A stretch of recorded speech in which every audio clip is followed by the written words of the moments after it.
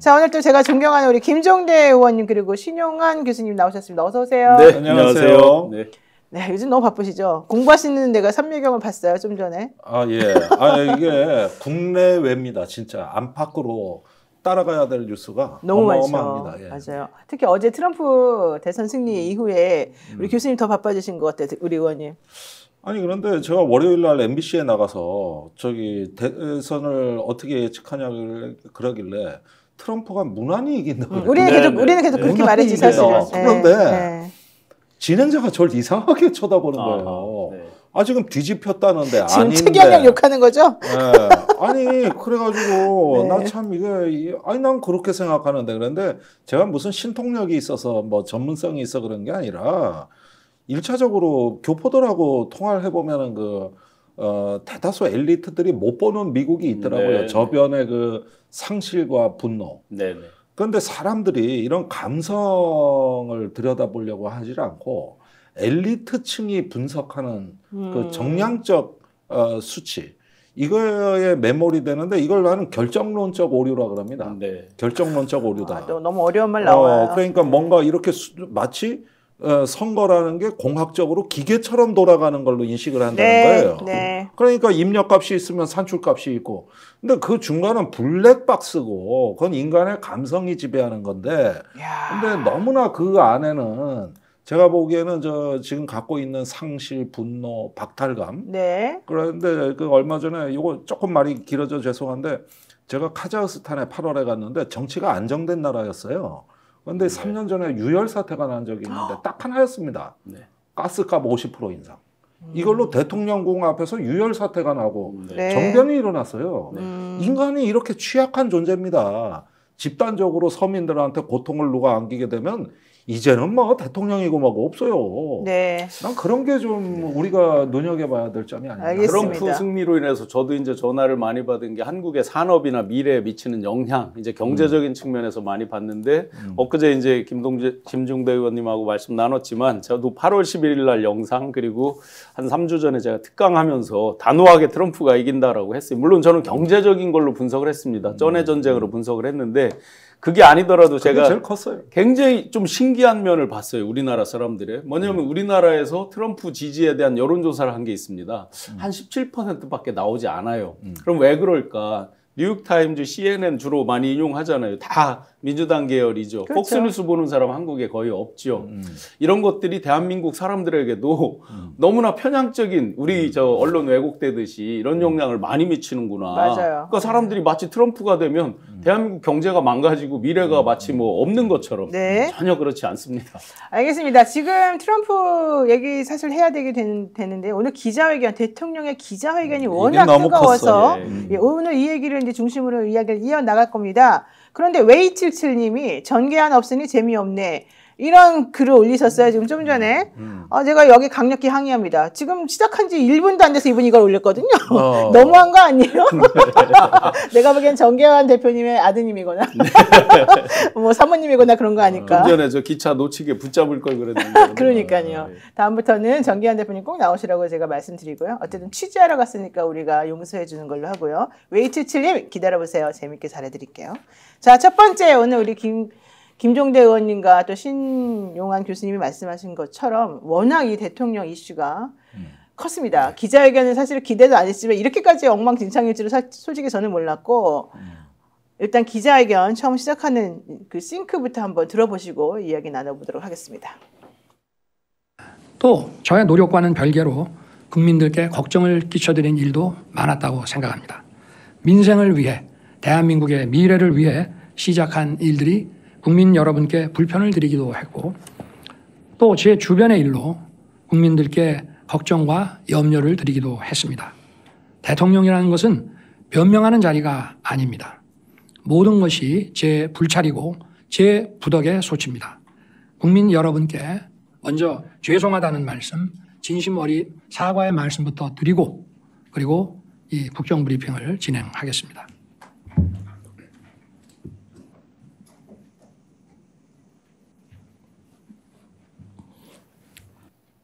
네, 보셨잖아요. 근데 저게 3,400자인가요? 예, 그러면서 15분 정도 이제 뭐 브리핑 얘기하셨다는데, 그리고 난 다음에 곧바로 자수하게 그냥 바닥에 앉아가지고 기자들하고 뭐 1m 상관 자리에서 편하게 얘기하다 또 반말도 하고 그러셨잖아요. 우선 저거에 대한 총평 들어보겠습니다. 방금 저 장면까지는 좋았어요. 아, 저기까지 좋았어요? 이 장면까지는 좋았고, 이제 드디어 뭔가 진솔하고 겸손한 태도가 나오겠구나. 이렇게 기대를 했죠. 일단 다짜고짜 절을 하니까. 그래가지고 요 장면까지가 오늘 조금 마음이 그래도 기대하게 했던 유일한 장면이자 끝이었습니다. 그래가지고 나는 또 어제부터 그 조중동이 일제히 이번에만큼은 겸손해라, 매를 맞아라, 마지막이다. 마지막이다, 겸손해라, 하도 보수 언론이 난리를 치길래 이제 또 뭐 김 여사가 이거 아마 보고 한마디 할 거다. 그러죠. 근데 지금 오늘 저 이후에 벌어진 일들은 지금쯤 아마 김 여사한테 들들 볶이거나 아니면은 그래도 당신밖에 상남자가 없다 대한민국에 이렇게 얘기를 듣거나 상남자. 조선 제일 상남자다. 이런 면에서는 저기 국정에 이런 어떤 그 온갖 난맥과 의혹과 추문을 갖다가 다 제거하고 보면은 참 조선 제일의 사랑남이고 상남자고 국가를 아예 그들로 다 그냥 도배를 하시는구나 이런 느낌이에요. 네. 야당 대변인의 논평을 보면 진짜 조선 제일의 상남자죠. 왜냐면 국민을 버리고 아내를 선택한. 그게 무슨 상남자야? 상남자 국어사전 다시 만들어야 되겠네. 총평으로 이제 말씀드려 보면 어느 기자분이 전화가 와서 총평을 말씀하라고 그래서 흔히 이제 박통, 윤통 이렇게 농담하잖아요. 윤통이 윤통했다라고 한마디로 말할 수 있을 것 같고요. 국민의힘 그 전 의원께서 어느 방송에서 이 말씀하시더라고요. 얼굴만 가리고 보면 주현이라고 해도 과언이 아니다. 탤런트 주현 얘기. 탤런트 주현 얘기. 네. 왜 나오는 거예요? 탤런트 주연 얘기는 도대체 무슨 뜻입니까? 이 자식아. 다시 잡아주세요. 이 자식아 이거. 왜냐면 오늘 이 자세로 이 태도가 되게 웃겼다고. 그리고 이런 자세로. 그러니까 김 의원님 말씀대로 여기까지 좋았습니다. 그 다음에부터 이제 이렇게 되니까 그 익숙한 장면이잖아요. 지난번에 한 대표 이렇게 할 때. 이런 자세로 결국 기자들에게 반말하더니 끝장 토론한다더니 야 하나만 더 해 이제 끝내자.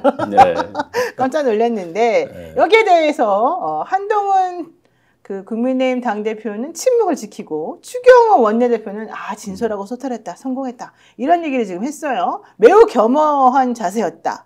이렇게 긍정적으로 해석을 하더라고요. 두 가지 기류가 동시에 나타나는데 조금 전에 뉴스와이킥에서 조경태 의원이 나와가지고 이제는 용산과 결별을 해야 될 것 같다. 그러니까 헤어질 결심을 얘기했어요.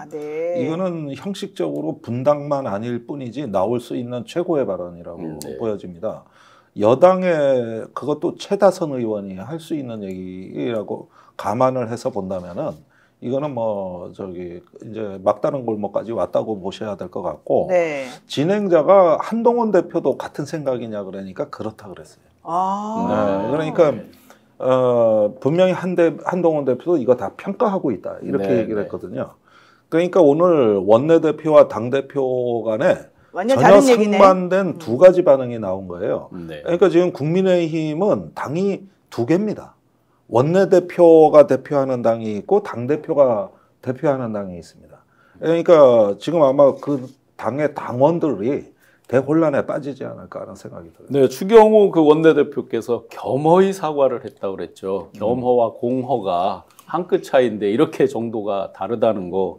멀리 따질 거 없습니다. 그 대변인께서 그 국민의힘 대변인인 윤 땡땡 대변인께서 딱 일성으로 한 말이 있어요. 방송에 보니까. 망했다. 망했다.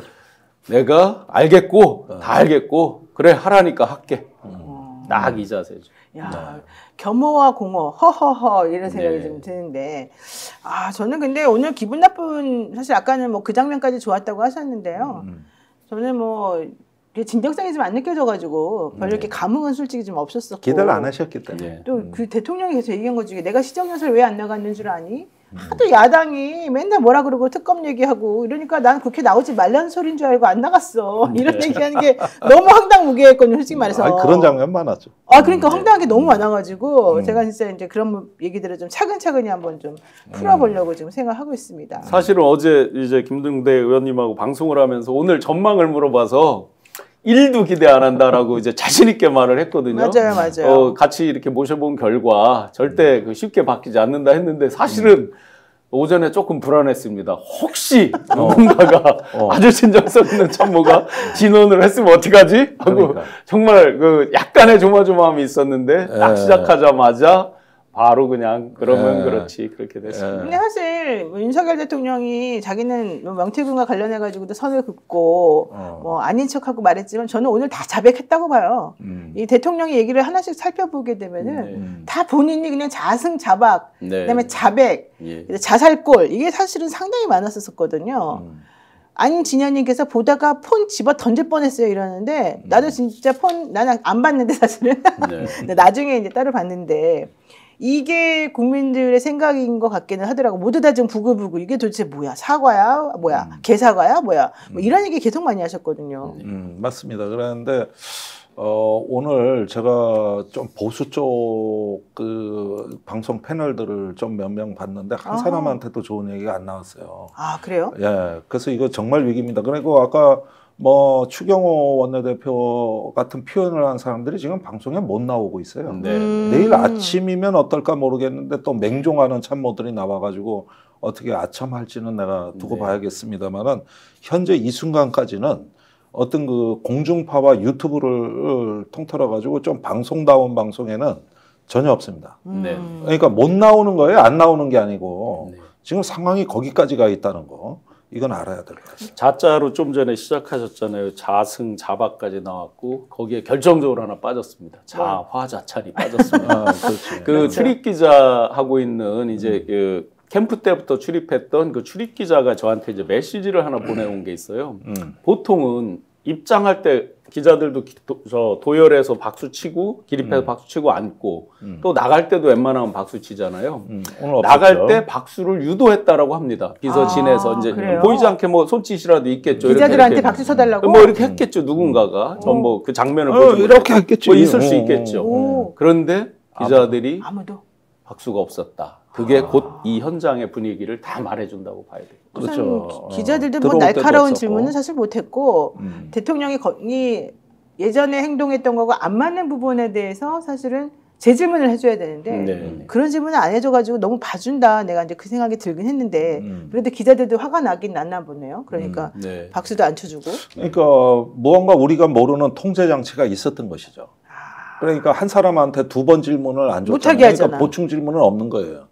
그런데 기자들이 알아서 릴레이식으로 하다 보니까 조금 느슨해졌고 그리고 이게 처음에는 끝장 토론이라고 그랬거든요. 그렇죠. 그러다 보면은 무제한 토론이고 룰은 없는 거여야 되는 건데 오늘 분야를 또 나눴다고.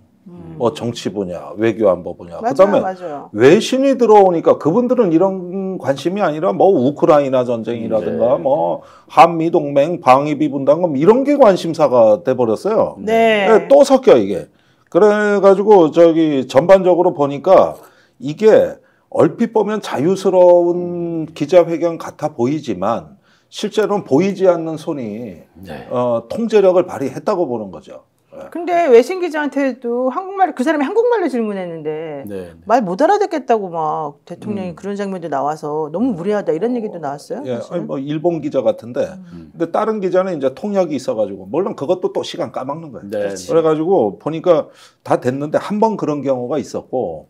그리고 외교안보나 외신 기자를 위해서는 따로 뭘 조금 이렇게 섹션을 마련하든지 해야 되는데 그냥 섞여버리니까 이건 뭐 아닌 게 아니라 좀 뭐 김새죠. 네, 호모사피엔스님께서 마지막 질문한 부산일보 기자가 제일 잘했어요. 그 얘기만 많아요. 한번 들어볼까요, 우리가 싱크? 흔히들 사과를 할 때 꼭 갖춰야 될 요건이 몇 가지 있다고 합니다. 그 중에서 이제 가장 중요한 게 어떤 부분에 대해서 사과할지 명확하고 구체화하는 것이라고 하는데요. 두루뭉실하고 포괄적으로 사과를 하셨습니다. 그렇다면 마치 이 사과를 하지 않아도 될 만한 일인데 바깥에서 시끄러우니까 사과하는 거 아닌가. 좀 오해하시는 부분은 그러니까 이게 팩트를 명확하게 설명을 해야 되는 것과 또 잘못한 게 있으면은 딱 집어가지고 그러면 이 부분은 잘못한 거 아니냐라고 해주시면은 제가 거기에 대해서 딱 그 팩트에 대해서 제가 사과를 드릴 거고 왜냐하면 이것도 사실과 다른 것들도 많거든요. 그렇다고 제가 대통령이 돼서 이 기자회견을 하는 마당에 그 팩트를 가지고 다툴 수도 없는 노릇이고 또는 뭐 언론에 민주당에서 뭐 그걸 공개를 했는데 그게 뭐 무슨 짜집기가 됐느니 뭐 소리를 집어넣었느냐 그러면 그걸 가지고 대통령이 맞네 아니네 하고 그걸 다퉈야 되겠습니까? 아까 일단은 사과를 하셨잖아요. 그래서 대통령께서 그러면 인정하실 수 있는 부분, 그러니까 정확하게 사과를 할 수 있다라고 하는 부분은 어떤 건지 좀. 이거는 처신이 올바르지 못했고 아까 얘기한 뭡니까? 뭐 창원 무슨 뭐 공단 어쩌고 하는 거를 제가 그러면 사실도 아닌 걸 가지고 거기에 뭐 개입을 해서 명태균 씨에게 알려줘서 죄송합니다. 그런 사과를 기대하신다면 그거는 사실과 다른 일이기 때문에 그거는 인정할 수도 없고 그거는 모략입니다. 그런 거는 사과할 수 있는 문제가 아니죠. 아니 그러면 본인이 뭐는 팩트고 뭐는 팩트가 아니다. 차라리 일목요연하게 정리를 해서 우리들한테 그렇죠. 제시를 해주고 그래야지. 야 니네가 내가 뭘 잘못했는지 알려줘. 그럼 내가 들어보고서 잘못했다고 할게. 지금 이 얘기잖아요. 김종대 의원님의 비유로 제가 한번 비유를 들어보겠습니다. 네. 불이 나면 일단 끄기 시작합니다. 처음에는 막 이거 무조건 꺼야지 하고 막 끄다 보면 정신없이 끄다가 이건 불 타도 아무 상관이 없는 것도 있고 뭐 여러 섞여 있잖아요. 한참을 끄다가 근데 이거 내가 왜 끄고 있지? 막 답변을 그래 알았어 사과하라니까 내가 하는 한참 하다가 내가 이걸 지금 왜 답변을 하고 있지? 딱 그 상태에 계신 거죠. 그러니까 무엇을 그렇지. 왜 사과를 하는지 몰라 지금. 그 자체가 이제 번지수가 아니, 그러니까 이 부분은 논리적으로 좀 정리를 하면은 우리가 사과에는 두 종류가 있는데 네. 난 알아요. 개사과와 아닌 사과. 그런 사과도 있고. 그건 아니고. 예를 들어서 우리가 지하철 공사를 하느라고 도로를 파헤치는데 거기 팻말이 뭐라고 써야 하냐면 통행에 불편을 드려서 죄송합니다. 그렇죠. 예. 그러면은 이거는 내가 잘못한 행위가 아니지만 불편을 드려서 죄송하다는 뜻이에요. 이건 공사 안 하겠다는 뜻이 아니에요. 공사를 그렇죠. 더 하겠다는 뜻이에요. 그러나 죄송하다요. 이런 사과가 있어요. 그 다음에 다른 사과는 내 잘못으로 이런 어떤 불편을 끼쳐드렸으니까 시정하고 없애도록 하겠다고 하는 사과가 있어요. 하나는 다음 행동의 교정을 예고하는 사과고 하나는 계속 내 갈 길 가겠다는 사과예요. 네네. 이러니까 이건 전혀 다른 의미의 두 개의 사과가 있는데 오늘 사과는 뭐냐 하면은 이런 정도 사과예요. 국정을 열심히 하다 보니 불편을 끼쳐드려 죄송합니다. 네. 네, 이렇게 되는 거거든. 그 다음에 우리 마누라 김건희 여사에 대해서는 뭐 옛날 여사는 청와대 야당도 했다는데 그래서 국정에 조언을 해주고 여러 가지를 도와주는데 그것이 불편을 끼쳐드렸다면 죄송합니다. 네. 그러면 요런 류의 사과는 우리가 계속 하겠다는 뜻으로 받아들이게 돼 있는 거예요. 네, 네. 그럼 오늘 대충 보면은 99%가 이제 제 귀에는 그렇게 들리는 거거든요. 네네. 그래서 앞으로 여사의 해외 순방 뭐 이것도 불편하면 안 하고 뭐 또 필요하면 하겠습니다. 뭐 이런 거. 또 지금의 어떤 국민들에 대해 가지고 우리가 이걸 정말 쇄신하고 혁신해 가지고 이렇게 바꾸겠습니다. 이렇게 하기 위한 사과는 없는 거지. 그쵸. 그러니까 그 사과의 어떤 지향점, 목적을 봐야 돼요. 네네. 이거는 시정 안 하기 위한 사과란 말이에요. 네, 네. 그 공사장에서 흔히 보는 그 사과예요. 네. 아. 두 가지일 거 아니에요. 타이밍과 진정성이잖아요. 사과는. 타이밍은 네. 좋다 이거예요. 100번을 양보해서 순방 갔다 와서 처음에 하겠다고 뭐 사과가 될지 뭐 해명이 될지 다녀와서 한다고 그랬다가 좀 땡겼어요. 국정 전반을 반환점을 도는 게 11월 10일인데 그보다 하여튼 3일 앞입니다. 물론 내일 이제 명태균 씨 뭐 출석하는 문제 뭐 이런 복합적인 정무적인 문제를 빼더라도 땡겨서 한 거는 우리가 양보를 할 수 있다 쳐요. 타이밍은 그래도 맞췄다. 그럼 진정성은 네네. 저희가 사과를 받는 자들이 진정성인지 아닌지를 판단하는 거지 사과를 하는 자가 진정성인지 아닌지를 판단하는 건 아니잖아요. 그렇습니다. 엊그제도 말씀드렸지만 통석의 념, 뭐 유감이다 뭐 이런 류로 100번을 해도 그게 받아들이는 사람은 사과라고 생각지는 않죠. 오늘은 굳이 저희가 100번을 양보해서 평가를 한다면 뭐 유감 표명 정도? 근데 유감 표명을 해서 지금 불을 끌 수 있는 상황은 아니잖아요. 아니 공사장 인부들이야 당연히 자기 할 일을 하는 거니까 그 이제 그로 인해서 부수적으로 결과적으로 나올 수 있는 그런 불편함에 대해서는 이제 하는 것이고 저는 이거하고는 완전히 성격이 다른 것 같아요. 지금 대통령과 그 부인이 한 행위는 해야 되거나 반드시 필요한 그런 행위들이 아니었었잖아요. 그렇죠. 근데 그런 것들을 하면서 지금 우리한테 우리가 뭘 잘못했는지 이런 거거든요. 우리는 네. 그런 걸 국정농단이라고 부르는데 네. 국정농단이라니 국어사전 다시 살펴봐라. 우리한테 막 그렇게 네. 알려주고 공부하라고 가르쳐주고 훈시하고 유경수 여사를 봐라. 청와대 야당이었다지 않냐. 네. 유경수 여사를 막 계속 언급하면서 네. 대통령 부인인 김건희 여사가 유경수 여사 같은 역할을 했다고 좀 주장하는 거 아니에요? 의문의 일패를 유경수 여사가 당하셨죠. 갑자기 생각지도 못하게 있다가 네. 정말 동렬해서 생각할지 몰라요. 그분들은 실제로. 아 진짜로요? 네. 유경수 여사가 기분 나쁘실 것 같은데 어떻게 보세요? 아니 그 시절을 회고해 보면은 사실은 이제 오직 1인을 위한 시대였습니다. 박정희 정권 때는 유신체제 우리가 때죠. 그때 독재라고 계속 그랬던 그러다 게 보니까 있죠. 예, 예. 유경수 여사가 언로 역할을 하고 야당 역할을 하는 게 미담으로 좀 알려져 있고 남아 있는 건 사실이에요. 네. 독재의 어둠이 깊다 보니 반딧불만한 불빛만 봐도 감동하던 시절이에요. 그때는 그 약간의 어떤 그 조금 견제만 있어도 네. 국민들이 그거 하나에 울고 웃던 시절입니다. 근데 지금은 대명천지의 이 개명된 사회에서 무슨 여사가 뭘 근거로 해가지고 그런 역할을 합니까? 그러니까요. 그래서 우선 어떤 이건 인지부조화에서 나오는 말이고 그런 인지부조화에서 여사와 자기를 자기 정당화하는 일종의 정신승리를 지금 네. 추구하시는 거예요. 네. 절대 밖으로 드러나서는 안 되는 어떤 권력의 민낯입니다. 그래서 심지어 유교사한테까지 뭐 그렇게 비교했다 그러면은 뭐 맨날 궁정동에서 술자리 하면서 거기서 뭐 여자 관계 갖고 이런 것까지도 그러면은 뭐 지금 허용이 되는 거냐 이거예요. 네. 유교사가 제일 화를 낼 때 남편 바람 피는 거였습니다. 솔직히 말해서. 그것 때문에 막 그냥 수석들 불러들이고 어제 뭐 했어 이렇게 해요. 그러니까 그런 류의 어떤 그 시절에서 아무도 모르는 암투가 벌어지고 급기야는 서거까지 했던 암살까지 당했거든. 네.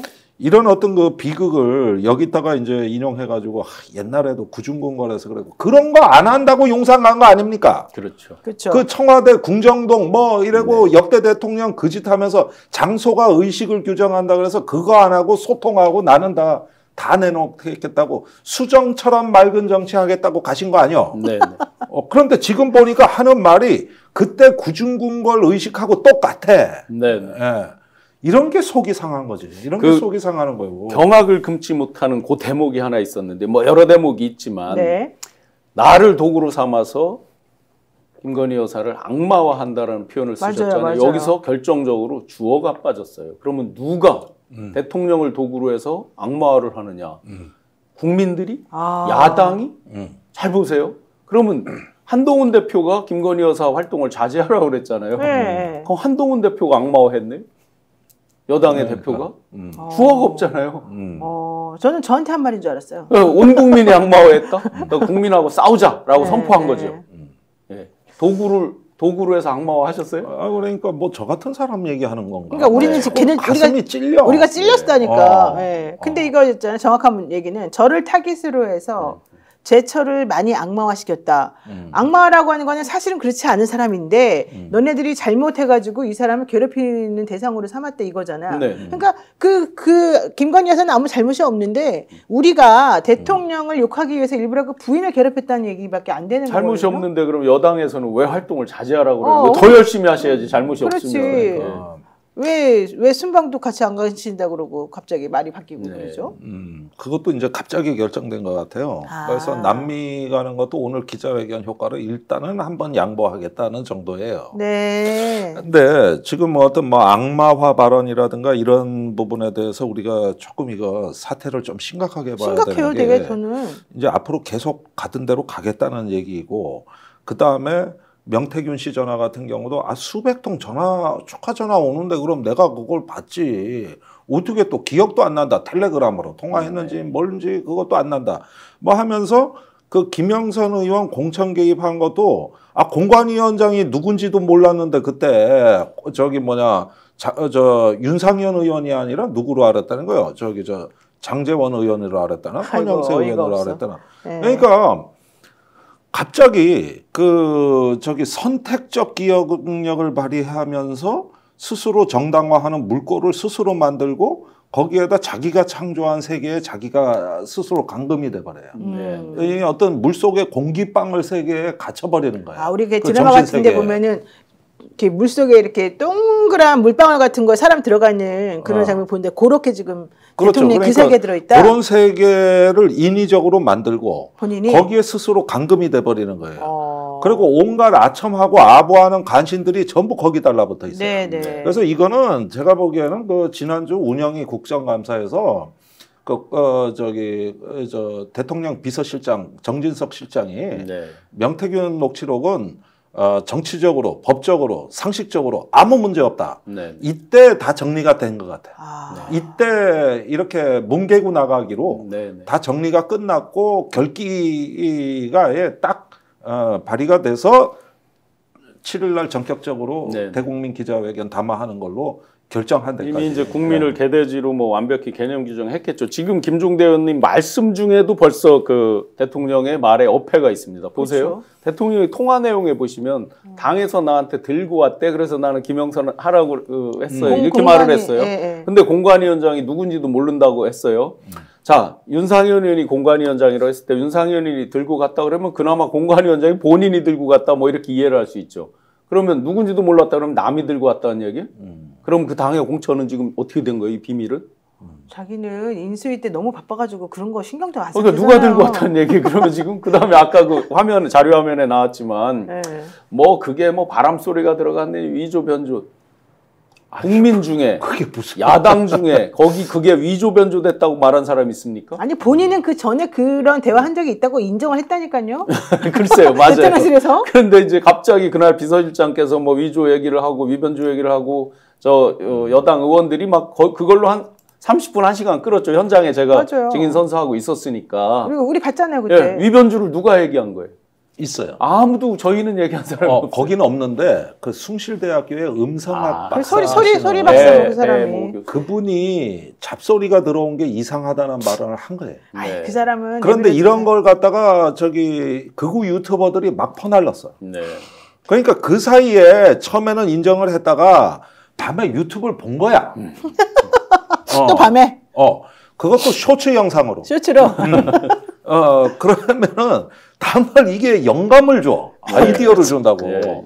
맞아. 이것도 조작될 수 있어. 이렇게 간 거지. 아니 저는 그리고 웃긴 것 같아요. 이분이 국정농단에 대한 새로운 정의를 펼치셨어요. 네, 사전을 바꿔야 되니까. 대통령 부인이 대통령을 도와서 선거도 잘 치르고 국정도 남들에게 욕을 안 먹고 원만하게 하길 바라는 일들을 국정농단이라고 한다면 국어사전을 다시 정리해야 된다. 나 이거 정말 기분 나빴어요. 왜냐하면 보세요.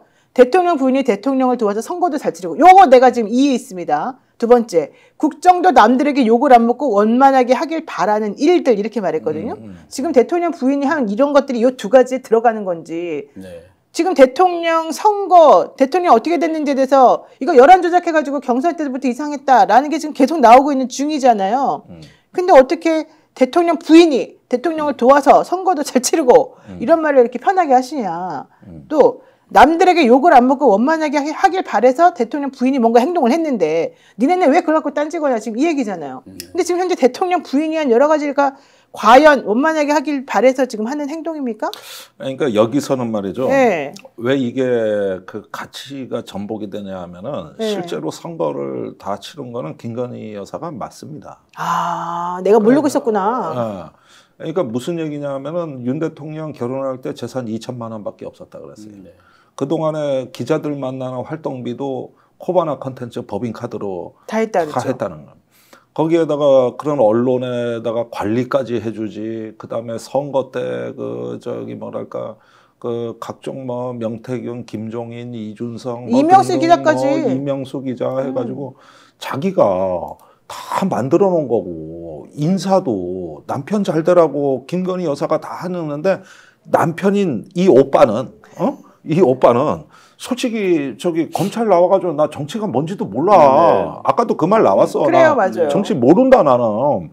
그래가지고 할 수 없이 여사가 다 해주고 나한테 전부 다 후견인 노릇까지 다 만들어주고 심지어 천공까지 붙여줬는데 이런 어떤 그 상황을 보면은 우리가 저 말 속에는 부인이 다 만들었다는 이런 어떤 그 무언의 메시지가 숨어 있는 거 아닌가? 본인 인정하는구나. 부인이 다 해줬구나 이렇게 다 생각하는구나. 해줬지. 저희가 보통 이제 V0라는 표현은 정말 웬만하면 앵간하면 안 쓰려고 그동안 하는. 계속 V라고 하거나 VIP만 있었지. 뭐 V라는 단어는 이제 통상 많이 썼습니다. 그렇죠. 기존 네. 정부에서도 많이 썼고 제가 박근혜 정부에서 뭐 청년위원장 할 때도 뭐 통상 얘기하면 V 이렇게 얘기를 하죠. 누구나. 그런데 V0는 사실은 대한민국에서 처음 등장한 거죠.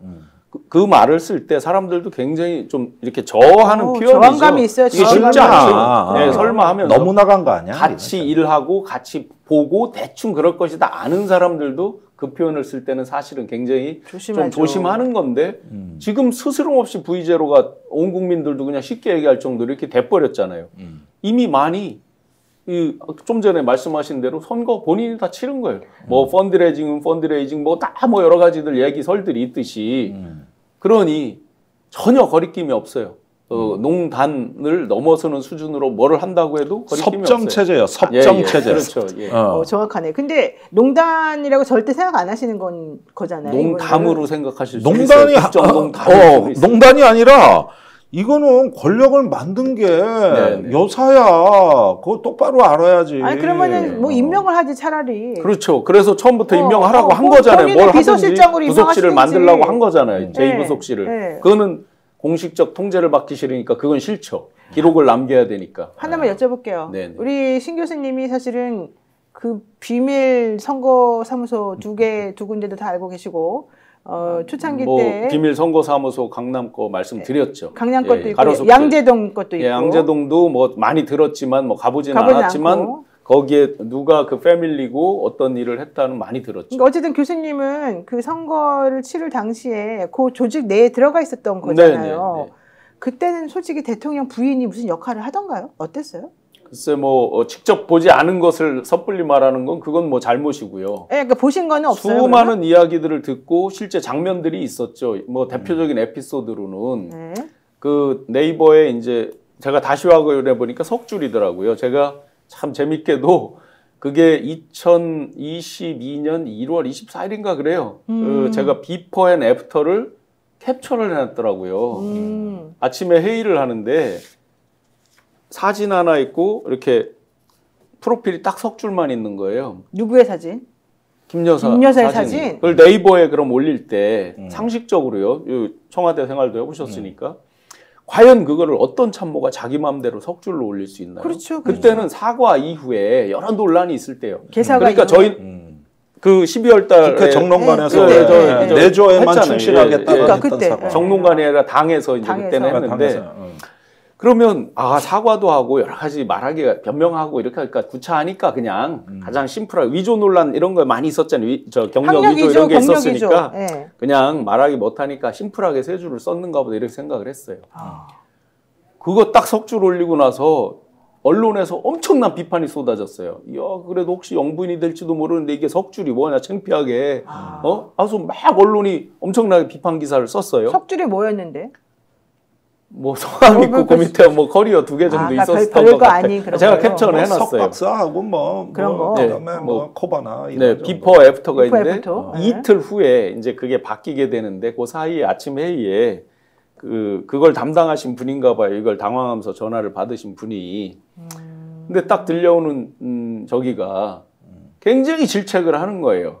그 여성의 목소리가? 누군지는 모르겠어요. 그거는 정확히는 뭐 제가 이렇게 가까이 들은 게 아니라 이제 보는데 처음에는 이렇게 회의 자리에서 봤다가 하면서 이제 빨개지면서 나가시더라고요. 그런데 저희끼리 이제 웅성웅성 했을 거 아니에요. 분위기는 완전히 이렇게 됐고. 그러면 다 실무 그래도 책임자들이 하는 얘기가 뭐겠어요. 아니 저걸 실무자 누가 자기가 그걸 책임지고 자기가 올린 사람이 있겠어요? 그렇죠. 언론에 이게 막 두드려 맞으니까 누군가 희생타가 돼야 되겠죠?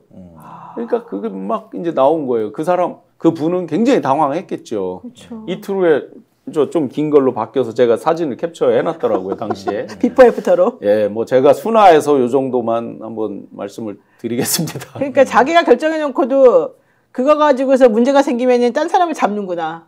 아마도 누군가가 이제 저 희생양이 돼야 되겠죠. 나 너무 솔직하게 말하는데 네. 그러니까 그런 식으로 괴롭힌 이건 저의 그냥 개인적인 표현이지만 괴롭히는 네. 상황이 많이 벌어졌었다.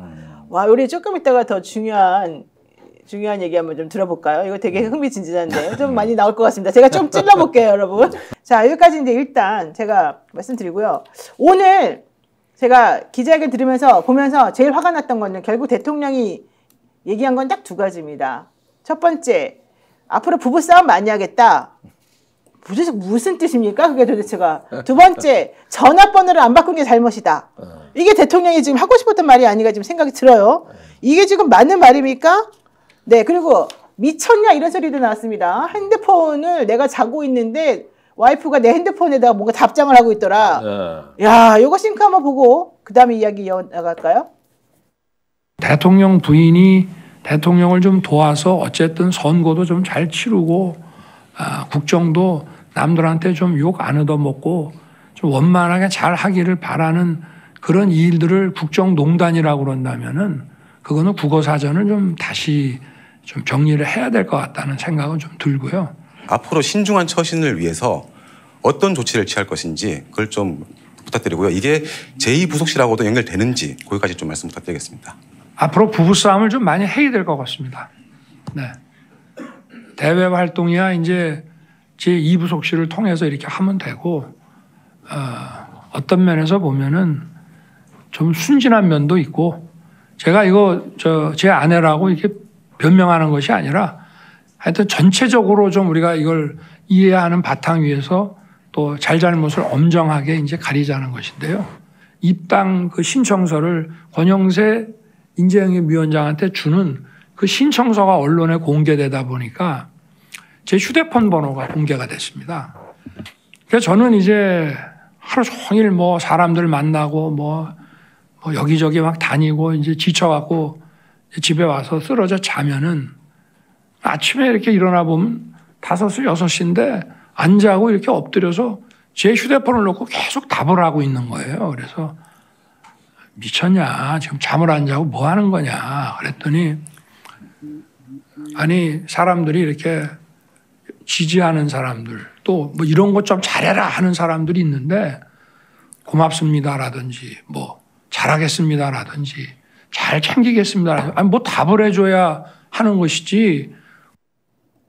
그러니까 결국 본인 핸드폰으로 그 이제 공적인 일을 할 사람들과 대화 나누는 것에 대해서 그런 행동은 부적절하다고 지적하는 게 아니라 저는 미쳤냐 그래서 그런 거 하지 말아라고 말한 줄 알았더니 새벽 5시까지 잠도 안 자고 뭐 하는 짓이냐 지금 이 질책을 했다는 거잖아요. 그렇죠. 요점은 미쳤냐의 그 뭐 때문에 미쳤냐고 했냐 그 말에 이제 포인트가 다른 거죠. 그렇죠. 그야말로. 네. 그리고 본인의 핸드폰 번호가 공개되어서 어쩔 수 없이 사람들부터 많은 연락이 와서 와이프가 그걸 해결해 준 건데 그거를 가지고 왜 국정농단이라고 하냐 뭐 이런 취지인가 봐요.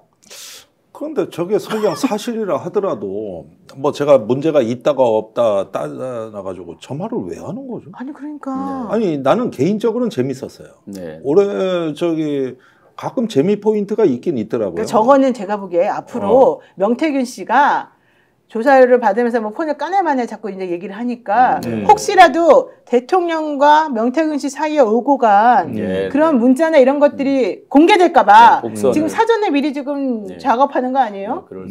그럴 수도 있겠습니다. 그러니까 결국은 수백 통 전화에 명태균은 그냥 하나의 전화였다. 아니 생각해봐라. 다음날 대통령 취임하는데 얼마나 많은 전화가 왔겠냐. 외교사절 전화도 많이 오고 그러니까 외교사절 전화도 받고 이래야 되는데 그 와중에 그 전화를 그럼 부인이 대신 응대했다는 거예요? 아니 그리고 그때 김영선 의원 얘기를 명태균 씨하고 할 정신이 있었다는 거야? 그러니까. 난 이게 이제 점점 더 이게 흥미로워지는데 그 바쁜 시간에 그리고 연설문도 몇 번을 더 점검해야 되고 이러다 보면은 일체 다 단절시켜 놓고 하거든요. 그리고 뭔 전화가 와도 다 끽해야 어디 비서들이나 그 행정요원들 선에서 처리를 하지. 이 바쁜 대통령한테 이런 전화 바꿔주는 직원이 어디 있습니까? 그러니까요. 다 인수위에 비서실 시스템 다 돼 있고. 그러니까 이런 상황에서 저렇게 명태균 씨한테 챙겨주면서 그런데 말이 맞네 당에서는 여기까지 이렇게 AS를 충실히 해주셨어. AS를. 그 바쁜 와중에. 아니 그리고 일단 경선 때까지는 본인이 소통했다고 인정을 네, 했잖아요. 네, 본인이 네. 물론 그게 거짓말이고 나중에 더 뒤까지 연결된 거가 나왔지만 어쨌든 본인 스스로가 인정했는데 왜 부인한테 모든 걸 덮어 씌우죠? 이렇게 친절하게 답할 줄 알았으면 제가 조금 후회되는 게 있습니다. 병사 월급 200만 원 이렇게 했을 때 아무 답을 못 했거든요. 예산이 얼마 들고 언제부터 하고 평균이 엄청 큰 공약이었어요. 우리가 그때 엄청나게 그때 얼른 저 대통령께 이게 문자를 드려가지고 이걸 뭐라고 답할까 이렇게 물었어야 되는데 사모님이 대답했을 그럼 텐데. 바로 뭔가 친절하게 답이 왔을 것 같은데 좀 전에 이제 자료화면에서 네. 스스로 그 논리에 답이 하나 있으셨어요. 물론 100번을 양보해서 대통령께서 아주 좋은 면이 있습니다. 뭐냐면 아까 미쳤냐 이런 부분 사실은 우리 그냥 개인의 자리라고 그러면 일반적으로 할 수도 있죠. 술 먹다 뭐 소주 한잔 하다 할 수 있죠. 평소 그런 면은 분명히 있으세요. 굉장히 뭐 소탈하고 이런 건 있어요. 그러나 오늘 이 자리가 어떤 자리인지에 대해서 그러니까. 아마 감이 없어요. 그런 엄중한 그런 마음이 없었던 것 같다. 신중한 처신을 위해서 어떻게 하겠냐고 그랬잖아요. 그 질문 내용이 네, 그거잖아요, 질문이 기자가. 그랬죠. 네. 그랬더니 부부싸움을 더 많이 하고 하셨잖아요. 무슨 보세요. 뜻이에요? 거기 답이 있잖아요. 그동안 부부싸움을 덜해서 신중하지 못한 처신을 했다는 뜻이잖아요. 뒤집어 보면. 이미 답을 말씀하셨어요. 그게 아니라 신중한 처신을 못한 거는 결국은 와이프의 의지였다. 뭐 그런 것도 그거를 지금 되고요. 얘기하는 예, 거잖아요. 논리적으로 보면 앞으로는 그렇죠. 내가 반론 제기도 할 거야. 앞으로는. 앞으로는 신중하게 하라고 너 이거 행동 자제하라고 내가 말할 건데 그러면 나는 와이프하고 싸우게 돼. 사실 그 얘기거든요. 네. 이 얘기가. 그렇죠. 부부 싸움을 많이 하겠다? 도대체가 이게 제대로 된 대답인지. 게다가 핸드폰 번호를 안 바꾼 게 잘못이다? 어떻게 그런 말이 나와요? 아니 그러니까 핸드폰 번호 바꾸고 안 바꾸고는 아무 의미도 없고 중요하지도 않아요. 그걸 일일이 답을 해야 된다고 생각했던 그 자체가 기괴하기 이를 데가 없는 거고 그러면 중요한 통화를 언제 식별하고 언제 아니, 그걸 할 것이며 게다가 이 남편분은 자기 부인이 내가 자는 동안에 누군지 모르는 불특정 다수들하고 무슨 식의 대화를 나눈지도 모르고 자기 이름으로 모든 게 다 나갔다는 거잖아요. 그럴 수 있죠. 이게 지금 말이 되냐고요, 대통령 후보가. 예. 저는 이게 매우 끔찍한 건데 왜 맞아요. 그 문제 심각성을 인식을 못하냐는 거예요. 어떤 때 이렇게 페이스북 이런 거에 막 선거 출마하시는 분들이 왜 당신이 바쁘니까 이렇게 보좌하는 직원들이 이렇게 대신 답 달고 이러잖아요. 네. 그러면 딱 보면 그래도 엉터리 나오는 게 예, 금방 알죠. 사실은 받는 사람은 모를 것 같지만 벌써 말투나 뭐 이런 걸 보면 금방 알잖아요. 그렇죠. 아무리 여사께서 뭐 좋은 저기를 한다고 해도 과연 받은 사람이 그걸 모를까요? 그렇게 했다 그러면? 아니 근데 저는 모르고 알고 떠나가지고 어쨌든 그거는 김건희 여사가 생각하는 무슨 관을 가지고 대답을 했을 거잖아요. 근데 다른 사람들은 그게 대통령의 관이라고 생각했다는 거잖아요. 그렇죠. 대통령이 대답했을 거라고 생각할 거잖아요. 어쨌든 네네, 대통령 그렇죠. 핸드폰으로 얼핏 본 나왔으니까. 사람은, 예, 예. 근데 알고 봤더니 그게 대통령이 아니라 사모님의 생각이었어. 이게 사실은 제일 큰 아니 문제 그러니까 아니에요? 그 부분에다가 네. 저기 이걸 보셔야 돼요. 거기 메시지 온 게 그냥 축하합니다 이렇게 되진 그런 게 않았고 아니죠. 뭐 예컨대 인사 얘기, 인사. 또 뭐 남북 관계 얘기, 예. 또 야당 얘기, 정치 얘기, 뭔가 자기 지혜를 드러내고 싶었고 과시하고 싶어하는 사람들이 정치를 모르는 대통령한테 여러 가지가 왔을 거라고. 오죠. 예. 그러면 여사는 이런 걸 다 읽어보면 정보 수집을 하는 거예요. 아니 그다음에 그러니까. 거기다가 일정 정도 뭐 이렇게 인사말을 하나 달아준다든가 아니면 의견을 얘기한다든가 함으로써 대통령 머리 위에 여사가 이런 많은 정보를 보고 있는 존재가 돼버리는 거예요. 그러니까 그게 답변 달아주고 새벽 5시까지 하는 게 가능하지. 아니 그리고 새벽 5시면 잠을 자야지 그 시간에 문자 보내는 사람들은 누구며 그 문자가 또 답이 올 거라고 생각을 해요? 근데 아마 이분이? 사이클이 비슷한 분들끼리 하겠죠. 나는 거의. 다 저거는 말도 안 된다고 봐요. 왜냐하면 대통령은 그랬잖아요. 자기는 와이프 핸드폰을 못 본다고. 네. 그렇지. 비번 걸려 있어. 모른대. 그럼 본인 거는 막 다 아무나 볼 수 있게 다 오픈돼 있고. 음. 그래서 그분이 뭐라고 하는지도 본인은 모르는데 자기 이름으로 뭔가 나가고 있고. 그럼 그 책임은 어떻게 질 거예요? 그러니까 이게 전반적으로 보면은 여사한테 뭔가 통제된다는 느낌 이런 걸 우리는 받습니다. 네. 그러니까 그거는 여사는 편하게 느끼는 것 같아요. 통제당하는 모든 거를. 거를 다 알고 있어요. 그리고 사실은 대통령을 지도하거나 통제하는 입장이에요. 그런데 이런 부분들이 이제 일상화되는 가운데서 이게 무슨 문제가 되는지 정무 감각이나 현실 감각이 없어져. 맞아요. 그리고 나를 여태까지 만들고 인도해온 배우자란 말이에요. 그러니까 이런 상황에서 이게 국정농단이야 하고 스스로 지금 기자들한테 국민들한테 물어보는 거거든요. 그러면 제가 대답해 드릴게요. 네. 확실한 국정농단입니다. 예. 아, 우리 그거 확실한 국정농단이에요. 너무 친절하신 거 아니야? 뒤늦게 대답해주고. 그래서 저희가 이제 바이든 날리면일 때 최기의 바이든으로 들리면 바이든인 거죠. 그렇죠. 그걸 왜 듣고 보고 뭐 맛보고 하는 거는 제 본능의 영역인데 왜 국가에서 또는 권력에서 내 귀까지 제 본능을 그래서 보청기를 껴야 되나? 라고 고민을 했는데 지금 두 가지 고민이 더 생겼어요. 사전도 이제 늘 들고 다녀야 되나? 국어 사전도 거기에다가 AI 번역기도 들고 다니게 생겼어요. 국정농단이라 그러면 이게 농단인가 아닌가 막 번역기한테 또 물어봐야 돼요. 막 국어 사전도 찾아봐야죠. 번역기도 보청기도 껴야죠. 국민들이 바빠지게 생겼어요. 자, 샛별하나님께서 총장 시절에도 국정조사 자료 다 본다고 했습니다. 이명수 기자와 통화에 다 나와요. 이런 식으로 지금 두 부부가 모든 걸 공유했다는 게 저는 매우 놀라운 일이라고 생각을 하고요. 제가 신용환 교수님한테 죄송하지만 하나 네네. 요청을 드리겠습니다. 네네. 사과하십시오. 그 당시에 본인이 그렇게 그 상황에서 이게 도대체 옳은 건지 그런 건지도 모르고 따라갔던 그 부분에 대해서 사과하십시오. 네, 알았고요. 하라니까 하겠습니다. 네. 어떻게 또 화끈하게 사과하시네. 네, 민망하게. 사실은 어떻게 보면은 모든 정치의 시작은 순수합니다. 사실은. 그리고 어떤 권력이 마련되기 전에 모든 이념은 죄가 없어요. 이게 뭐 좌든 우든 아니면은 어떤 열정과 이상이라는 게 있는 거예요. 맞아요. 그런가 하면은 모든 이념은 다 사악해질 수 있어요. 운용하기에 따라서. 그렇죠. 권력이라는 것은 어떤 식으로 누군가 그 권력을 잡는데 필요하다면 여러 가지 비공식적인 수단도 사실은 써야 되는 건 맞습니다. 네. 안철수하고 단일화 할 때도 비공식적인 대화가 주요했던 거거든요. 맞습니다. 사실 이런 것까지 우리가 농단이라고 할 수는 없어요. 그건 뭐냐 하면은 선한 목적을 위해서 그 권력을 쓰라고 주는 거거든요. 위임을 해주는 그렇죠. 거거든요. 그런데 지금 이 경우에는 뭐냐 하면은 하나의 어떤 거기까지 이르는 길에 있었던 비공식적이고 굴절된 수단들을 이거를 갖다가 유지시키는데 권력을 쓰는 겁니다. 그러니까 이 권력은 다른 공적인 목적을 위해서 쓰는 권력이 아니라 이거 누가 이거 만들었느냐, 누가 어떻게 해서 만든 정권인데 정권 유지 그 자체가 선이 돼 버리는 거예요.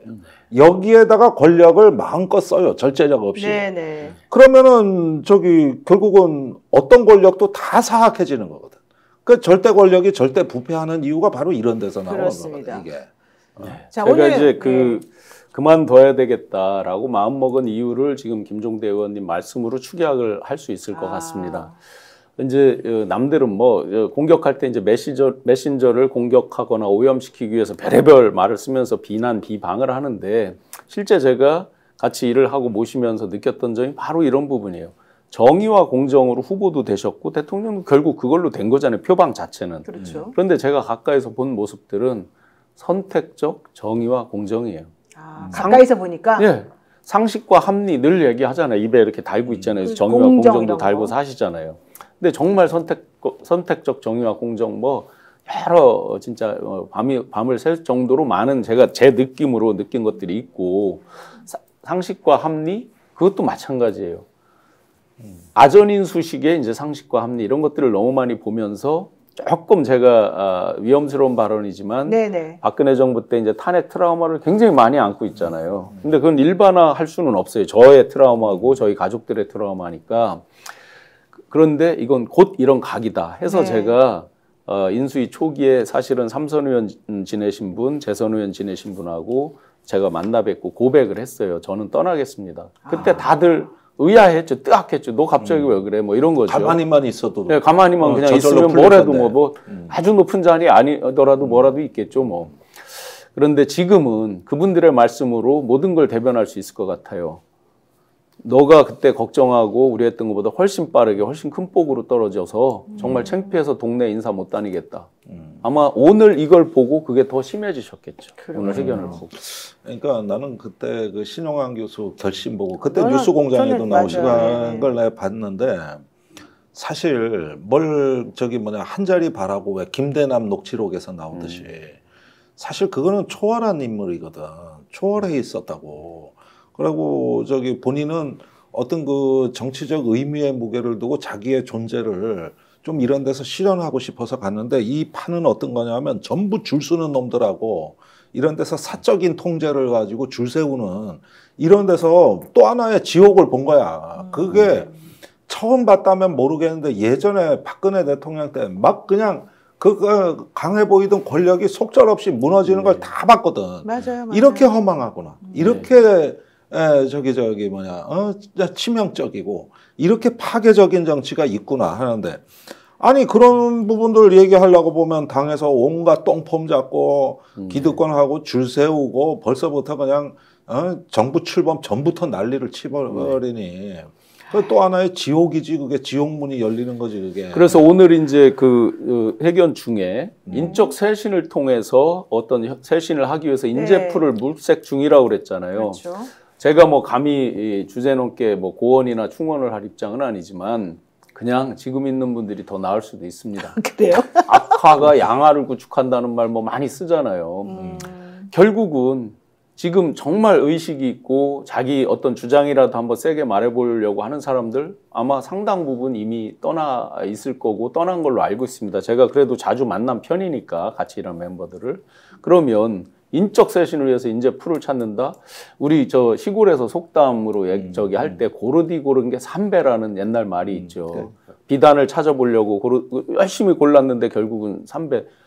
진짜 충신들이 과연 지금 이 정권에 어떻게 보면 정권으로 한참 일할 때거든요. 그렇죠. 보통 5년을 3기 내지 4기로 나누잖아요. 마지막을 우리가 흔히 설거지조라고 그러잖아요. 1년은 뭐 그렇다고 네, 마지막을. 마지막 1년. 지금 사람들이 느끼는 건 설거지조죠. 그러니까 대통령이 얘기했잖아요. 내가 인적 쇄신을 안 하고 싶어서 안 하는 게 아니다. 사람이 없어서 못 하는 거다. 아니 그러니까 보세요. 이게 지금 김건희 여사 문제를 우리가 많이 얘기하고 명태균 쪽의 일파들을 이제 우리가 뭐 국민적으로 지탄하고 있습니다만 여기서 한정은 뭐냐면은 그 사람들을 저기 뭐 사법 처리를 하거나 응징을 하거나 했을 때 윤핵관이 뒤에서 웃고 있지 않을까 하는 의심을 가끔 해볼 때가 있습니다.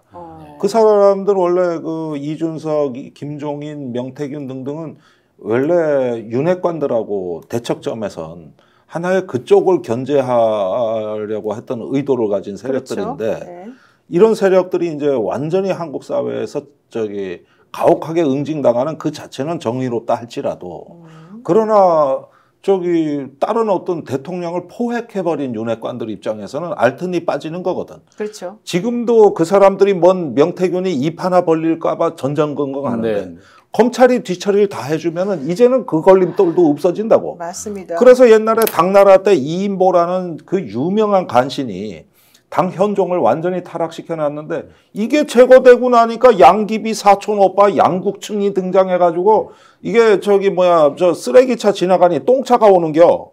그래가지고 진짜 망했어 이게 이번에는. 아유, 그러니까 차라리... 이런 걸 보면은 쇄신의 진짜 의미라는 게 뭐 여사 사람이냐 아니냐 이런 걸 얘기하는 게 아니고 네. 국민의힘의 주류 세력 교체입니다. 그러니까 원래 우리가 국민이 요구하는 쇄신은 그래서 이걸 저기 뭐냐 그동안에 호가호위했던 기득권자들 윤핵관이고 뭐 김여사 김핵관이고 간에 그런 세력들이 일소되고 개혁 보수가 저기 보수를 살리는 역할 그거 해라. 알겠습니다. 원래 쇄신은 거기까지 해야 쇄신이지 그게 아니라 저 맨몸 자른다고 해가지고 뭐가 달라지겠냐 이게. 제가 이 소위 지금 이제 보수의 가치를 또 가치관 이런 것들을 관점에서 말씀 주셔서 네. 제가 혼자 생각해 본 게 있습니다. 과연 지금 보수의 진정한 가치는 무엇일까라고 생각을 하다 보니까 보수의 대주주는 누구일까 지금.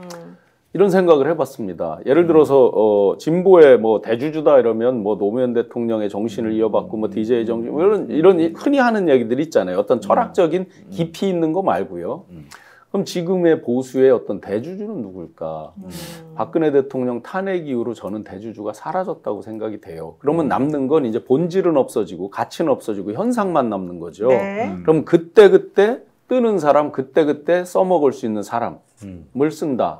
2017년, 18년, 19년 서초동 검찰청 앞에 막 검은 리본에 뭐 개 XX 우리 박근혜님을 하면서 이런 게 있었죠. 그러다가 갑자기 이렇게 2019년 20년 돼서 이렇게 뒤집어지죠. 네. 앞으로도 그런 부분이 굉장히 유력하게 제가 예견이 된다라고 보여져요. 알겠습니다. 이걸 믿기 때문에 이들이 네. 그냥 보이는 현상대로만 따라간다. 근본적인 가치나 가치관 이런 걸로 자꾸 어떤 우리가 해석을 해서 네. 논리적으로 대처하려고 그러면 저는 되지 않는다. 알겠습니다. 자, 대통령 비서실 제2부속실이 정식으로 출범을 하고 장순칠 이 사람이 제2부속실장으로 네네. 지금 한다는 거잖아요. 앞으로 어떻게 될지 잘 보겠습니다만 별로 저는 순탄치는 않을 것 같이 보인다. 이런 일단 얘기 개인적으로 했고요. 한번 인연을 네. 말씀드려보면 장순칠 이양수 의원 보좌관을 했고 그렇죠. 그 전으로 거슬러 가면 안종범 경제수석 밑에 보좌관을 했습니다. 네. 개인적으로 인품 아주 훌륭한 보좌관입니다. 아, 그래요? 고려대학 나온 걸로 제가 기억이 되고 실제 일처리라든지 탄핵당했을 때 진짜 소주 한 잔을 먹고 저랑 통화를 한 적이 있어요. 거의 이렇게 눈물을 흘리면서 안타까운 마음을 얘기를 한 적도 있어요. 개인으로 보면 참 훌륭한 사람으로 생각을 합니다. 뭐 개인적으로는 훌륭한 후배로 생각을 합니다. 그런데 이제 저 자리가 주는 지금 막중함이 있잖아요. 그렇죠. 그래서 저희가 감히 농담으로 한 말씀 이렇게 드린다면 아무 일도 하지 않을 정도까지 하면 성공한다. 그러나 과연 그렇게 할 수 있을까는 정말 많은 퀘스천을 갖고 있습니다. 저분은 김건희 여사랑 친해요? 아셔요? 그런 그거는 거는? 제가 잘 모르는데 캠프에서 일을 할 때 어쨌든 뭐 공보 이런 쪽에서도 했던 것 같고 예스맨 아니에요? 내가 알기로는 예스맨이라고. 그런 사람은 그건 아니에요? 아니에요. 그런데 과연 그 안에 분위기가 어떤 실장이 이부속 실장이 어떤 건의를 해서 예를 들어서 어떤 전혀 국민들과 동떨어진 일을 막을 수 있을까에 네. 대해서는 퀘스천이 있습니다. 알겠습니다. 근데 저 자리가 시민사회 수석실 시민소통비서관이면 김대남 씨하고 지근거리에 있었던 그렇죠. 예, 네. 그런 어떤 별로 자리라는 기대는 건 저는 안 한번 갑니다만 한번 좀 보겠습니다. 뭐 어쨌든 인간되면 또 우리가 네, 그것과 그거대로 별개로. 한번 봐야 되겠죠. 네. 자, 이제 명태균 씨 얘기를 잠깐 하겠습니다. 명태균 씨가 내일 조사받으러 가요, 검찰에. 근데 김소연 변호사를 만난 이후에 아주 공격적이 됐어요. 그 전까지는 그렇게는 안 하더니만은 그거 인상적이던데. 명태균 씨가 지금 강혜경 씨에 대해서 입만 열면 거짓말이라고 그러고 뭐 변호사가 김소연 변호사는 강혜경 씨에 대해서 숨 쉬는 것 빼고는 다 거짓말이라고 그러고 그런 말을 어떻게 이렇게 함부로 변호사님 하시는지 제가 좀 이해가 안 가지만 어쨌든 명태균 씨가 제가 봤을 때는 오늘 또 그리고 함성대 교수한테도 사과하고요. 명태균 씨가 사과를 막 시작을 했거든요. 그러면서 이제 다른 방식으로 강혜경 씨를 공격을 하기 시작했는데 이게 지금 제가 보기엔 전략 같아요. 왜냐하면 오늘 아까 뉴스토마토 그 자료 좀 한번 다시 띄워줘 보세요. 오늘 대통령이 사실은 얘기를 했었어야 되는 것 중에 가장 큰 게 지금 명태균 씨와 관련된 어떤 입장인지가 정확하게 나왔었어야 되거든요. 보세요. 명태균 관련해 부적절한 일도 감출 것도 없다. 초창기에 그냥 도움 줘서 수고했다는 이야기를 한 것뿐이다. 여론조사에 대해서는 조작할 이유도 없고 해달라고 말한 적도 없다. 누구를 공천주라고 해본 적도 없다. 아내에 대한 사랑과 변호 차원의 문제로 특검을 반대하는 건 아니다. 이게 이제 오늘 대통령이 말한 내용인데 저기서 지금 명태균이 잘못한 것에 대해서 얘기한 게 한 줄도 없잖아요. 그런데 내일 대통령과 관련된 내용을 얘기해야 되는 명태균 씨가 오늘 돌연 사과 시작하고 마치 뭔가 언론 플레이하면서 대통령하고 짠 것처럼 뭔가가 지금 흐름이 흘러가고 있어요. 네. 전 이거는 매우 심각하게 이들 간에 뭔가가 지금 커넥션이 연결되어 있다. 네, 이렇게 지금 보이거든요. 아까 좀 전에 자막에 보여주신 5가지 중에서 네. 지금 당장 온 국민이 금방 OX 거짓말이냐 아니냐를 알 수 있는 걸 한번 보시자고요. 네, 그럴까요? 볼까요? 명태균 관련해 부적절한 일도 감출 것도 없어. 어떤 발언한 게 있잖아요. 누구 나는 누구 하라고 했는데 그러니까 본인의 말을 부적절한 부정하는 일이죠, 거죠. 그죠? 예. 감출 것도 없다. 근데 이미 이제 그거 거짓이 됐던 거고. 그다음에 여론조사 해달라 얘기한 적 없어. 조작할 이유 없어. 저 부분은 여론조사를 나한테 해서 갖다 줘는 말하지 않았을 수 있어요. 처음에 잘 보이려고 본인이 갖다 줄 수 있었으니까요. 그러다가 아마 한 서너 번, 너댓 번 이렇게 해서 굉장히 좋을 때 오늘은 또 뭐 없어? 이런 말을 했을 수 있겠죠. 여론조사를 해줘 이런 말은 하지 않았을 것 같고. 녹취록에 명태균 씨 네. 녹취록에 다 나와요. 빨리빨리 다 보내달라고 자꾸 그런다. 그런데 그게 갖다 이제 줘야 여론조사를 된다. 나를 위해서 해줘 이 말을 안 했다는 뜻인 것 같고요. 어허. 그다음에 누구를 공천주라고 해본 적 없어. 거짓인 건 국민이 다 아는 거고. 그렇게 보면 한 3가지 정도는 벌써 당신 그 발언 속에서 이미 또 틀린 얘기들이죠. 그러니까 결론은 명태균 씨를 자극하지 않고 예. 나와 이 와이프에 대한 거는 까지 말아라. 네. 위험한 짓 하지 말아라. 이런 이제 경고성, 이 사실은 기자회견 지금 그렇게 하고 있는 이제 거죠. 진짜 선문답처럼 말씀하셨지만 그걸 아마 명태균 씨는 저걸 알아들었겠지. 정확히 해석했을 거예요. 그래서 저는 이분들이 지금 내일 기자회견, 내일 그 조사받으러 가기 전에 이런 행동 하나, 제가 좀 들은 바에 의하면 원래는 명태균 씨 보고 더 일찍 오라 그랬대요. 6일 날인가 뭐 그렇게. 근데 나 8일 날 가겠다고 이제 본인이 얘기를 한 거였어요. 그래서 내가 그 7일 날 대통령 기자회견을 듣고 가려나 보다. 아직까지는 이제 뭔가 이렇게 지금 딜할 SOS 관련해가지고 뭔가 있나 보다. 이제 개인적으로 생각하면서 조금 의문스러웠는데 네. 실제 저런 행동과 대통령의 기자회견 내용과 본인이 막 하고 있는 행동을 이렇게 연결을 시켜보니까 이거는 뭔가 했어. 이런 생각이 좀 들어요. 예, 똑같은 느낌인데요. 명태균 씨 본인이 지금까지 그렇게 막 나댄 거는 SOS였다. 그렇죠. 예, 이렇게 고백을 합니다. 그러니까 자기 살려달라는 얘기였다. 맞아요. 이렇게만 말해달라 그러면서 수위를 확 낮춥니다.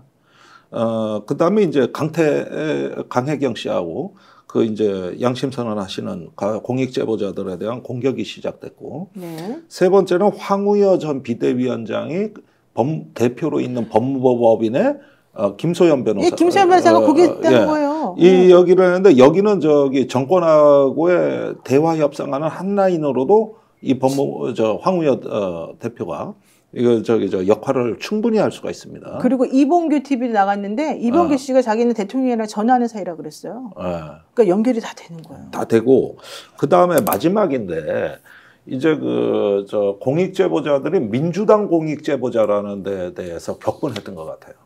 그러니까 다른 건 몰라도 언론이나 뭐 유튜버에 대해서는 절대로 그런 게 안 드러나는데 유독 명태균 씨가 민주당에 대한 적개심은 엄청나요. 엄청납니다.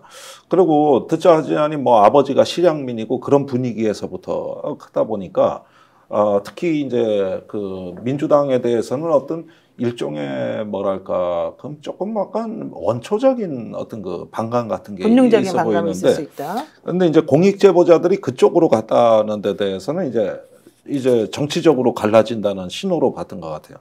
그리고 마지막인데 검찰 자기 SOS 친 거에 대한 답을 받았다고 생각합니다.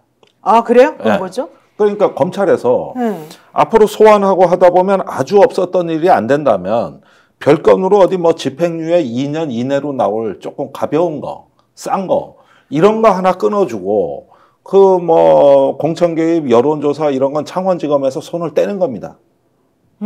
완전히 손을 떼고 정치 자금법만 하는데 명태균 씨한테는 가벼운 걸로 하나 끊어주고 그 다음에 나머지 지금 나온 국민적 의혹들 고발된 것들은 전부 서울중앙지검이 가져가 버리는. 게다가 심의정 검찰총장이 이번에 그 이지영 검사라고 그 사람을 파견을 해서 부산지검이죠. 했는데 그 친구가 우리 대통령하고 한동훈 당대표가 특검할 때 그 수사 그 팀에 같이 했던 그런 뭐 사람이라는 얘기가 있어요. 그래서 왜 그 사람을 내려보냈냐 이제 물어봤어요. 제가 사실은 확인을 하려고 그랬더니 일단 그 특별 수사를 잘할 수 있는 사람이 이미 다 옷을 벗어서 없다.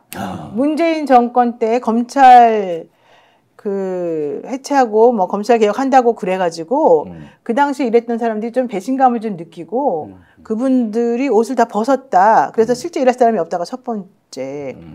두 번째로는 창원지검에서 이제 하고 있는 것을 컨트롤해야 될 사람이 필요한데 현실적으로 본인들이 이제 이걸 할 수 있는 사람으로는 얘를 이제 뽑은 것이다. 이제 이런 얘기까지. 조금 하여튼 일반 국민이 들을 때는 그걸 컨트롤은 창원지검에서 원래대로 뭐 하는 것이죠. 직제대로. 그걸 뭐 누가 새로운 사람을 보내서 컨트롤한다. 이 뉘앙스가 굉장히 벌써 언론에도 그 차장검사가 여기 이 수사의 팀장을 맡는 거다. 맞아요. 그러니까 지금 이거는 특별수사본부로 편성이 된 거고 그 본부장이 그 부산지검에서 온 그 차장검사. 그래요. 지금 이렇게 짜여졌다는 거예요. 바로 그거예요. 그리고 지금 현재 창원에서 이 수사를 맡고 있는 그 부장은 형사부 부장이에요. 그래서 원칙적으로는 뭐 형사 관련된 사건을 잘할 수 있겠으나 이런 정치적인 이해관계가 만약에 얽혀있거나 그런 쪽으로 틀어가지고 뭔가 할 수 있는 건에 대해서는 제대로 컨트롤을 못할 수 있다라는 게 지금 걱정이었거든요. 그러니까 보세요. 그 차장 검사가 오기로 결정된 그 무렵이 정진석 비서실장이 국회 나가서 아무 문제 없다고 말하고 대통령 담화나 뭔가 비슷한 어떤 이제 정면 돌파 그게 막 구상되던 그 무렵이고, 네. 그러니까 지난주에 모든 게 다 결정이 돼 있었다고. 그런데 그 거죠. 신호는 검찰이 이거를 다룰 수 있는 일종의 친정 체제를 구축하고 난 다음이에요. 그렇게 보면 앞으로 수사가 예상이 되는 거죠. 그래서 여기 지금 나래나래님이 그러고 보니 정기환 대표가 뭐 명태균 씨가 검찰 가기 전에 폭로한다고 뭔가 했는데 왜 안 하냐, 제대로 안 한 사람 없다 이렇게 말했는데 명태균 씨가 작전을 바꾼 거예요. 그렇죠. 지금. 네. 그렇죠. 이 모든 것들이 지금 한쪽의 방향으로 흘러가면서 그동안에 좀 이제 너무 당황하고 급작스럽게 터져 나온 것에 대비를 못했어요. 대처를 이분들이. 그래서 그동안에 약간 좀 속수무책으로 당했는데 이제는 전선을 가다듬고 이제는 작전을 다시 짜가지고 이제는 이 상황을 이렇게 끌고 나가자라고 생각을 한 거예요. 제가 봤을 때는. 제가 하도 정신없어서 뉴스를 잘 못 보고 기억이 안 나서 여쭤보는데요. 지금 창원지검에서 수사하는 게 누가 고소를 했나요? 그게 원래는 성관위에서. 성관위가 한 거죠. 네, 성관위가. 그러면 지금 거기서 수없이 명태균 씨 입에서 언급됐던 그 많은 사람들은 아무도 고소고발 안 했죠. 아니, 그러니까 그게 아니라 이제 거기서 했어요. 원래는. 안 했죠. 안 했어. 당사자들은. 한 개도 없고 그렇죠.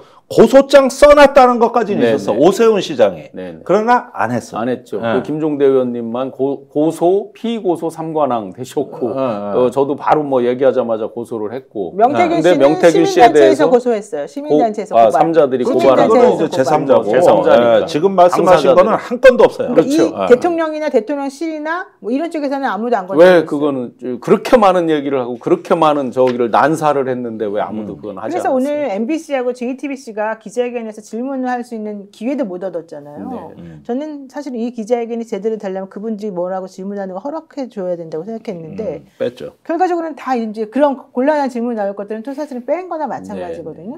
그러니까 이 일련의 흐름을 상황적으로 종합해 보게 되면 이거는 뭔가 기류 변화 내지는 본인들이 작전을 다시 짜가지고 다시 이제 그렇죠. 한번 하려는 이런 상황이라는 거죠. 맞습니다. 그러니까 대대적인 역공이 시작됐습니다. 맞아요, 역시 맞아요. 그 수단은 검찰입니다. 네. 그러니까 이런 상황으로 해서 돌파할 수 있다고 믿는 데는 제가 보기에는 한두 가지 근거가 있는 것 같은데 그것이 옳은 판단일지 몰라도 첫째는 민주당에서 나올 더 이상 부부의 육상 파일은 없다고 생각하는 거죠. 이게 첫 번째. 그리고 그거를 명태균 씨가 확인해 준 거예요. 네. 민주당은 더 이상 그런 파일이 없다. 이렇게 해서 확인해 준 거고 두 번째는 메신저 공격인데 강혜경 씨를 비롯해 가지고 제보자로 의심되는 거를 무작위로 찍었어 명태균이가. 그래가지고 저 김모 씨 그 고용원이라는 사람은 운전하시는 분. 예, 명태균 씨가 좌표를 찍었는데 아닌 걸로 밝혀졌다고.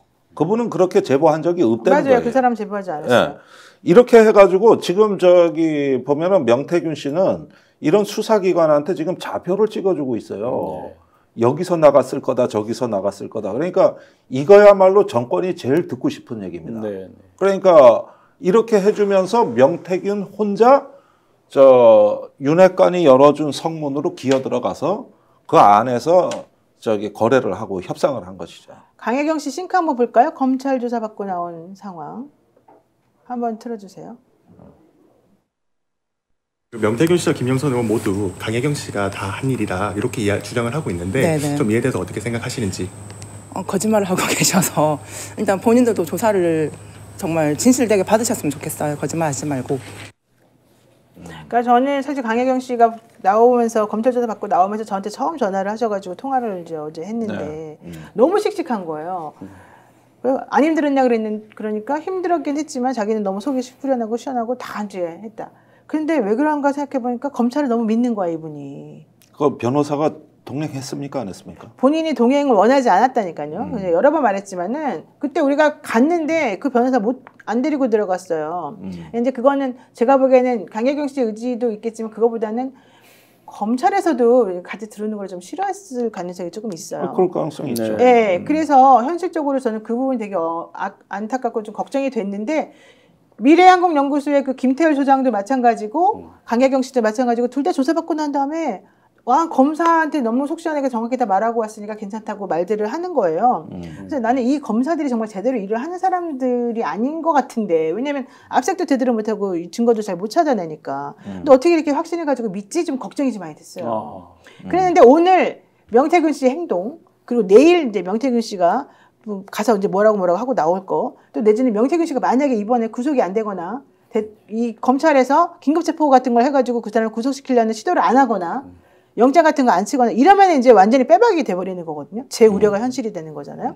저는 그래서 그런 것들이 진짜 사실은 좀 앞으로 걱정이 돼요. 그러면 여태까지 잘 들어주던 검찰이 어느 날 갑자기 지금까지 강혜경 씨가 진술한 거에 대해서 몇 가지를 끄집어내가지고 이게 근거가 없는 거 아니냐, 이게 앞뒤가 안 맞는 거 아니냐 이러면서 슬슬 따지고 들어오는 식으로 해서 어느 날 분위기가 바뀝니다. 그럴 수도 있어요. 그럴 수도 있고 이게 가장 이제 문제는 뭐냐면 처음에 이 사건이 터졌을 때 그 의창구 선관위에서 이게 이상하다 그래가지고 고발해서 검찰에 넘어간 건데 그때 김영선 씨가 내가 의창구 선관위에다 얘기해놨어. 내가 검찰에 얘기해놨어. 막 이런 검찰이 뒷정리 해줄 거라고 얘기를 해요. 녹취록에서도. 그렇죠. 그러면서 처음에 뭘 시키냐면 나 내년에 공천 받아가지고 나 어차피 의정활동 계속 해야 되고 그렇게 돼야지 너네들도 사니까 니네가 가가지고 여기서 니네라고 하는 거는 김태열 소장과 강혜경 씨 말하는 거거든요. 니네가 가가지고 니네가 했다고 다 뒤집었어. 그렇게 진술해 이렇게 말하는 말을 했대요. 자기가 관련되면 안 된다고. 그렇죠. 바로 그거죠. 그렇게 되면 공천몰로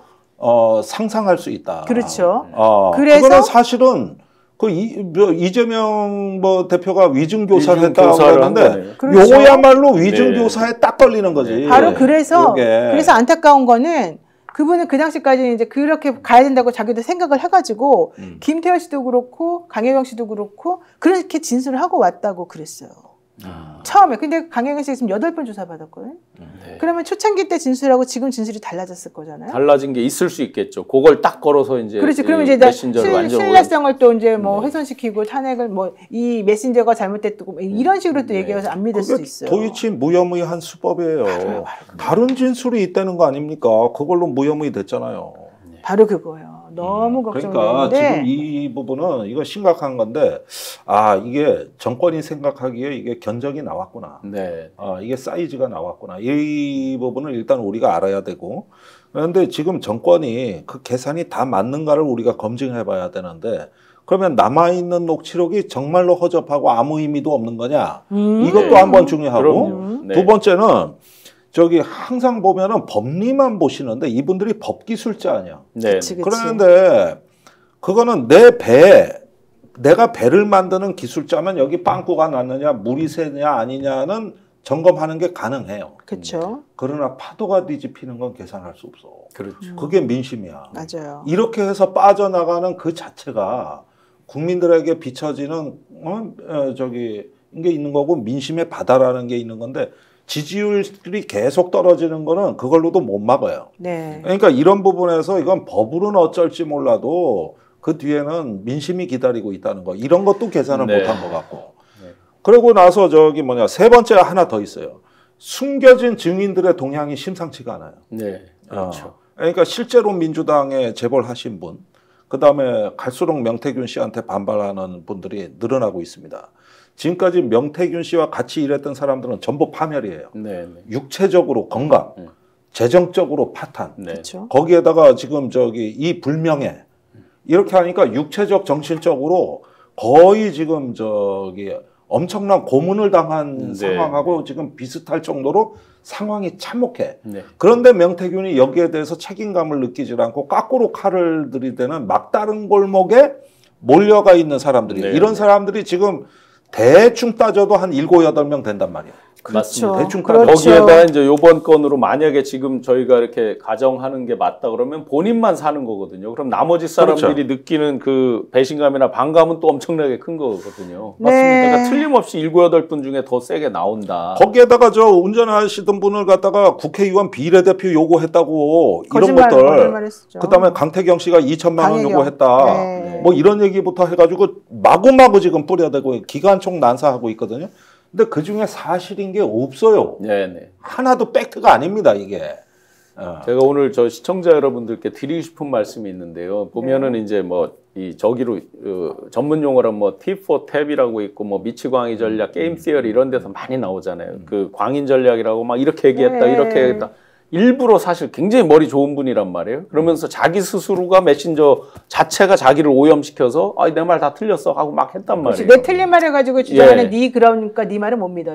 제가 굉장히 무거운 마음으로 한 2주 이렇게 오다가 오늘 그나마 조금 제가 가볍게 이렇게 편하게 말씀드렸는데 왜 제가 가진 그 가십이나 뭐 이렇게 재밌는 얘기들을 안 하려고 하냐면 결국 저렇게 마구 동서로 산으로 들로 하다 보니까 저희 기억 속에 남은 게 오빠 논란 이런 것만 남아 있어요.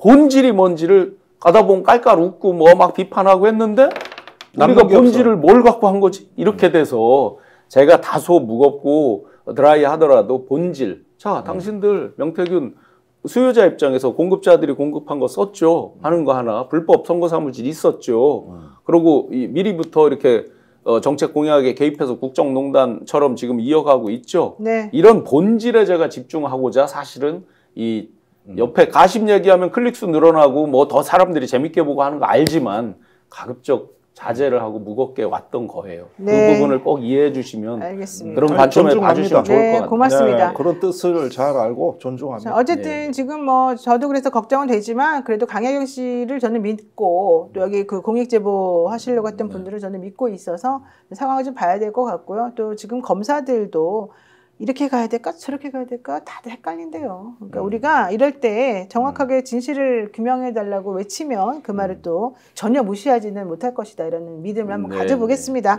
네, 여기까지 오늘 방송해야 될 것 같고요.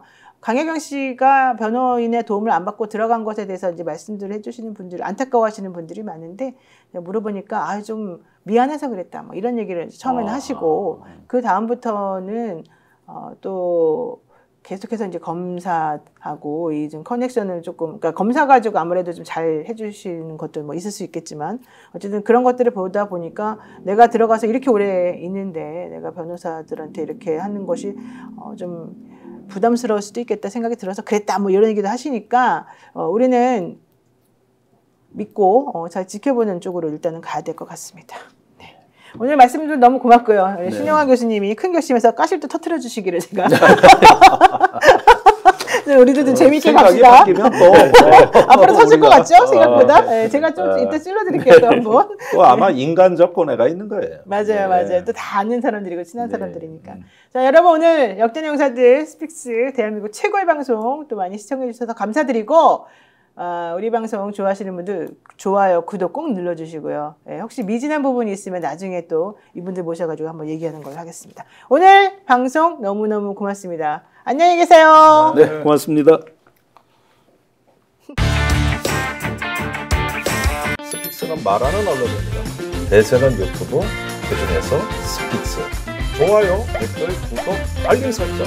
여러분이 저희를 사랑해 주시고 우리가 여러분을 사랑하는 4가지 방법입니다.